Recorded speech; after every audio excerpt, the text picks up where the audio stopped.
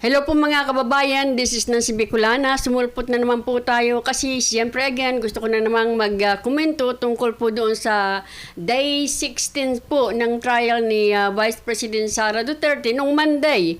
At doon po, siyempre parang nakita natin na talagang hirap na hirap po magpakita ang prosecutors ng kanilang inaakusa kay Vice President Sara na hindi tamang paggamit ng confidential fund.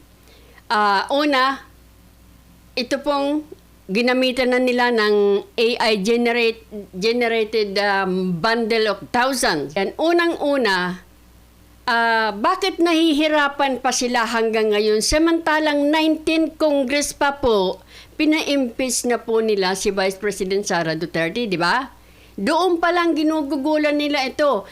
Pinag-uusapan na 19 Congress pa lang po.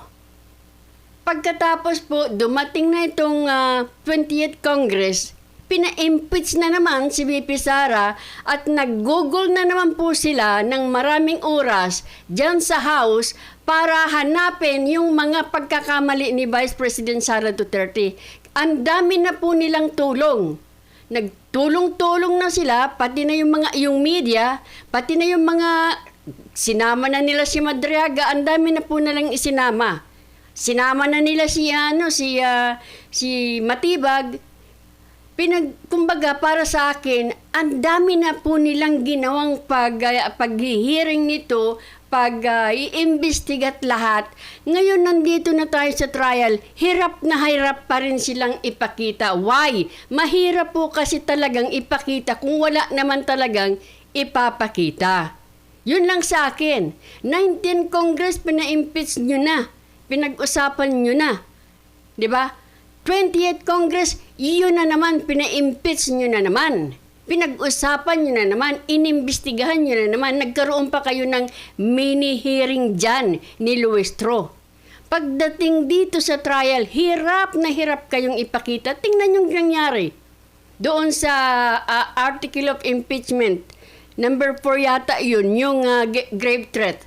Tingnan mo anong nangyari mga kababayan. Mga dinala ninyong mga witnesses ninyo, mga wala naman palang personal knowledge. Tapos nagsisinungaling pa. 'Di ba? Si Wamel. Sabi si Vice President Sara lang ang kanyang inaudit kasi siya lang ang mayroong confidential fund. That's a lie. Yung isang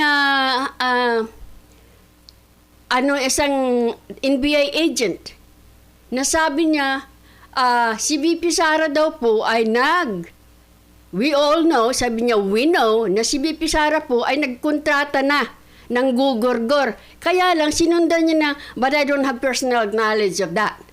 Pag wala kasing ipapakita, pag minamadali, para lang kayo ay may madala dyan sa trial, yan ang nangyayari sa inyo.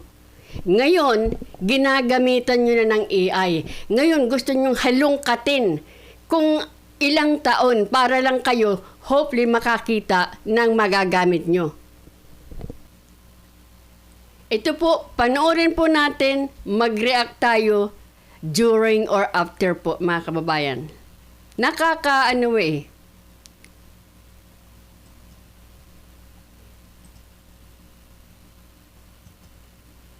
Ito.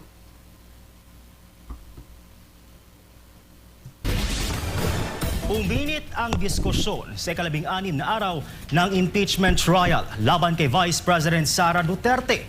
Mariing tinutulan ng depensa ang paghalukay sa confidential funds ng bise noong alkalde pa siya ng Davao City dahil hindi naman daw ito kabilang sa articles of impeachment. Bukod dito, kinwestiyon din ng defense panel ang paggamit ng prosekusyon ng AI-generated image at mga props sa loob ng Senate Impeachment Court. Si Angel Pastor sa report. Iprinisinta ng prosekusyon ang kanilang kauna-unahang hostile witness na si Gina Acosta, ang dating disbursing or Special Disbursing Officer o SDO ng Office of the Vice President. Inalmahan ng depensa ang ilan sa mga listahan ng offer of testimony ng prosekusyon sa testigo na umano'y hindi naman kabilang sa Articles of Impeachment laban sa Vice Presidente. La Rosa. Sa ikalabing-anim na araw ng impeachment trial ni VP Sara Duterte, hindi na tumestigo ang ikalimang witness ng prosecution na si Marivic Pareja, ang director ng House Legislative Information Resources Management Department. Kaugnay pa rin ito sa Article 1 na tumatalakay sa umano'y maling paggamit ng confidential funds ni VP Sara matapos magkasundo ang magkabilang panig sa ilang dokumentong iniharap sa korte. Pinangunahan ni na Private Prosecutor Attorney Armando Verhiligutan at Defense Counsel Attorney Lyndon Miguel Baquel ang pagpapatuloy ng paglilitis. Kinumpirma ni Attorney Baquel ang kanilang stipulation na ang mga dokumentong iniharap ng prosecution ay naipadala na sa archives na siyang tagapangalaga ng mga naturang dokumento. Dahil dito, hindi na kinailangang tumisigo pa si Pareja at pinayagan na siyang umalis sa witness stand. Iniharap naman ng prosecution si Gina Acosta, dating Special Disbursing Officer o SDO ng Office of the Vice President bilang kauna-unahang hostile witness sa impeachment trial. Si Acosta ang unang testigo ng prosekusyon na hindi pabor sa kanilang panig kaugnay ng Article 1. Mula 2022 hanggang 2023, nagsilbi si Acosta bilang SDO ng Office of the Vice President. Sa panahong din iyon ay siya ang nakatalaga sa paghawak at paglalabas ng confidential funds ng OVP. Siya ay nagsilbing Special Disbursing Officer or SDO ng Office of the Vice President noong taong 2022 at saka 2023. Pang-apat, siya rin ang nagsilbing SDO para sa confidential funds noon ni Mayor Sara Duterte sa Davao City mula taong 2019 hanggang 2022. Panglima, siya ang naging staff member sa Davao City Administrator's Office sa pagitan ng mga taong 2016 at 2022 at ng Davao City Budget Office sa panunungkulan noon ni Mayor Sara Zimmerman Duterte. Agad namang tumutol. Ito mga kababayan, para sa akin, kasi sinasabi nilang experience daw po ni Ma'am Gina Acosta kaya siya dinala ni Vice President sa OVP. Para sa akin po, yung pinagkakatiwalaan mo, talaga namang dadalahin mo. Pero sa kanila, parang kaya isasama nila yung 2019 hanggang 2022 kasi para daw po ipakita ang possible pattern of behavior. Kita niyo na, parang Depensa sa pagtalakay sa dating posisyon ni Acosta bilang SDO sa Davao City noong alkalde pa ng Davao City si VP Sara. Ayon sa depensa, wala itong direktang kaugnayan sa mga alegasyon na nakasaad sa articles of impeachment. For purpose number 4 and 5, as regards the confidential funds in Davao City and the position of the witness as SDO of Davao City, we would like to object on the ground of irrelevance, Your Honor, considering that for the simple reason that the confidential funds in Davao City are not part of the allegations in the articles of impeachment. So there's really no fact in issue to be proved by the testimony of the witness, Your Honor. For all the other purposes, Your Honor, these are subject to cross-examination. Depensa naman ng prosekusyon, mahalaga ang dating posisyon ni Acosta para maipakita ang posibleng pattern o paraan ng pagkilos na may kaugnayan sa kaso. The stipulation is well taken, Your Honor. Established na si Ms. Acosta ay ngayon nanunungkulan bilang Vice Presidential Staff Officer 6, saka nagsilbi siyang Special Disbursing Officer noong taong 2022 saka 2023. However, Your Honor, please, yung punto na walang relevance, yung naging pagsisilbi as SDO para sa confidential funds mula 2019 saka 2022, we beg to disagree. It is very much relevant in today's proceedings, considering, Your Honor, please, that it is her experience as the SDO of Davao City in those inclusive years that led the Vice President to also bring her to the office of the Vice President and do the things they did in Davao City, this time with the money of the office of the Vice President. mukhang wala lang, di ba? Yung yung sabi talagang wala, pero parang nagtatanim po ng something and do they, the things they did in Davao City. Ano yun? That is very much relevant to the prosecution's case, Your Honor. Pinayagan naman ni Presiding Officer Cheese Escudero ang pagtalakay dito para sa layuning maipakita ang posibleng pattern o behavior ng witness. Pero nilinaw ni Escudero na ang mga ginawa umano ni Vice President Sara Duterte nung alkalde pa siya ng Davao City ay hindi bahagi ng impeachment trial at hindi maaaring idagdag sa 4 na articles of impeachment. The rebuttal presented by the prosecution is wrong considering that there's no such allegation in the articles of impeachment, Your Honor.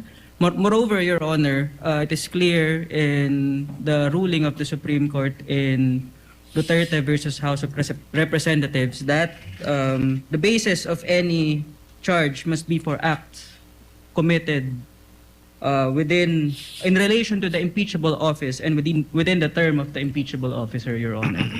Your Honor, can I make a quick rebuttal to the last point? No need, counsel. The presiding officer will make a ruling. The court will allow it given that it is for the purpose of establishing pattern and or behavior on the part of the witness. But to be clear, that whatever she says with respect to acts committed by her in relation to the Vice President now while she was a mayor in Davao City is not part of this impeachment trial and will not in any way add to the charges that has been filed and are pending before this court under the 4 articles of impeachment, as previously ruled by the chair in previous requests for subpoena, for example. Ito mga kababayan. Ito is Presiding Officer Escudero, ayan ka na naman. Sasabihin mo, inalaw mo ito na kalkalin din from ito si Ma'am Gina Acosta, yung kanyang pagiging Special Disbursing Officer ng Confidential Fund ni BP Sara nung mayor pa siya.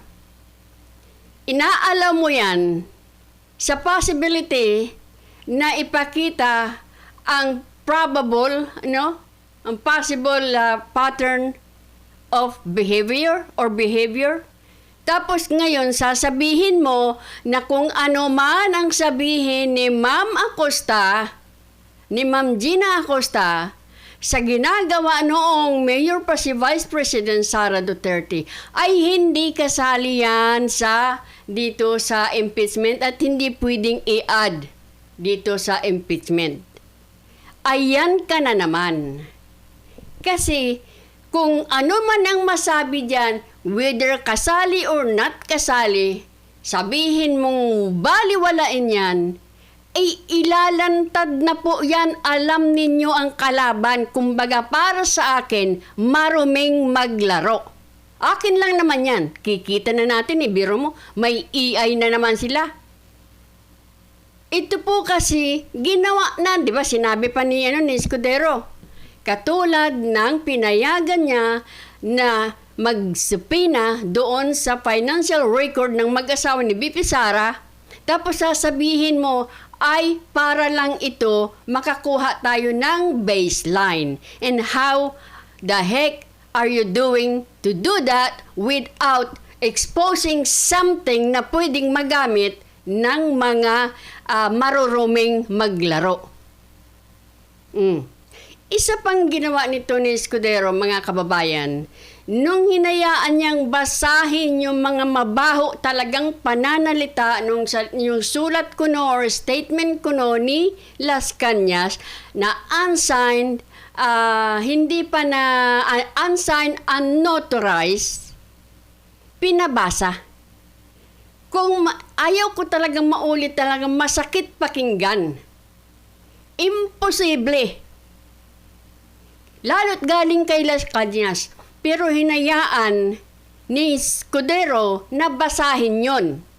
Pagkatapos sasabihin niya, nung mabasa na, nung napahinto na, wag daw, kumbaga, hindi raw i-reminding everybody na hindi raw yun kasama or anything like that. Ginamit lang daw yun ng NBI para sa kanilang investigasyon.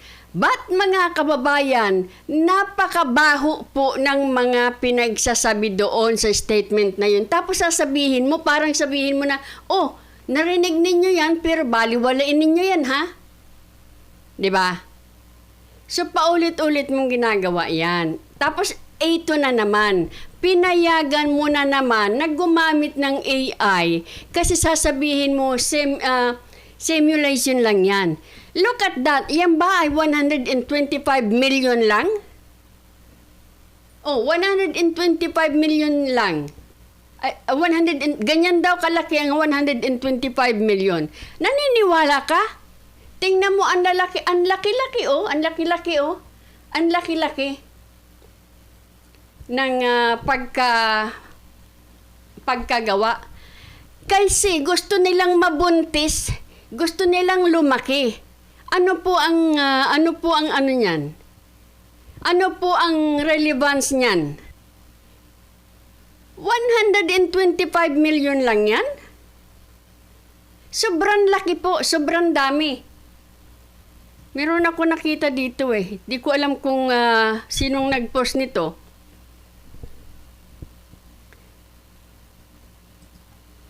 Hindi ko po alam kung totoo to ha. Ito daw po ang 125 million. Malabong malabo, hindi ko po alam kung sinong nag-post nito. Parang malabong malabo dun sa ipinakita niya ni Ligutan. At ito ang 1 trilyon na nawawala sa ating bayan.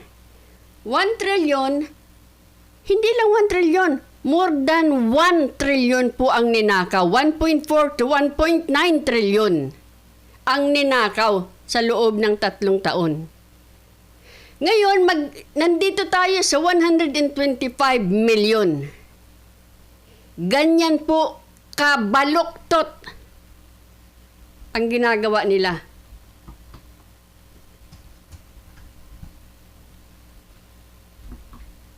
But ayan o, yan yung kay Ligutan. Maring tinutulan ng depensa ang paggamit ng Yeah. prosecution ng AI-generated image ng isang itim na bag na sinasabing pinaglagyan umano ng 125 million pesos na Anong relevance nito? Another, kumbaga, sa akin lang ito, dirty trick. Visual impact sa mga tao. So, ngayon po, nagtatrial po sila, parang ang kausap na nila ay yung audience. Ipinapakita nila ito, o ganito karami ang pera, ganito. Kasi, anong kinalaman yan dyan? Di ba? Oh. cash para sa confidential funds. Ayon kay Acosta, 4 na bag ang ginamit para madala ang naturang halaga. Marinding tinutulan ng defense team ang paggamit ng prosecution ng mga props bilang bahagi ng Ayan o. Ayan o. Oh, ano yan? Para saan pa po ito mga kababayan? Bakit siya nagpapakita niyan? Visual impact, once again. Para po sa mga taong bayan yan. Hindi na po ito nagpapakita ng talagang document, yung tunay. Anong kinalaman po ng peking pera na yan? Peke na nga yung inyong inaakusa, peke pa rin yung ginagamit ninyo at pinapabayaan mo, Escudero. Delikado to. Pag gumamit yung kabila ng peke, papabayaan nyo, peke yung ginagamit nyo. At wala naman pong kinalaman yan. Hindi naman po pinag-uusapan kung pera ba yun o hindi. Pera ba yun o plastic ba yung kinuha? Ewan. Kay Acosta. Yung 1 million pesos, kamukha ba ng isang bundle na ito? Your Honor, we manifest that upon the examination of assisting counsel, these appear to be just blue-colored lengthwise papers wrapped in plastic with 10 bundles each. How is this an accurate representation of the size of Can I whatever respond the to that? prosecution claims to be, Your Honor? They are yet Well- to lay the proper basis as regards this, Counsel Your Honor. claims it's a mere simulation. Yes. If Alright. that is an objection, counsel, I will have to overrule the objection. Pinayagan na naman ni Escudero. Alam mo, Escudero, matalino ka kasi. Kasi madalas, bago pa mag-come up or dumating sa punto, yung nakikipag-argue, yung counsel, bago pa sila dumating, na sinasabi mo na, alam ko yung pupuntahan mo. Alam mo rin ang pupuntahan nila ito. Ito po ay walang kinalaman sa inaakusa. Walang kinalaman sa kaso. Ang pagpapakita ng peke na pera. Alam mo kung saan yan pupunta eh. Pupunta yan, pinapakita sa tao. So, propaganda na po ito. Nagpo-propaganda na po ito na pinapabayaan mo, Escudero. Unfair. Kasi yung mga defense po ay nagiging matino, sumusunod sa proseso. Hindi po nagdadala ng peke. 'Di ba? Kahit pa simulation yan eh. Alam na alam mo ang pupuntahan yan. Ha? Para yan sa propaganda nila. Kayo naman, luluko pa tayo eh. Ang tatalino ninyo, kunyari hindi nyo alam yan kung saan pupunta yan. Napaka-weird nyo naman. Bakit nyo pinapayagan ang peke para dalhin dyan, simulation man or not?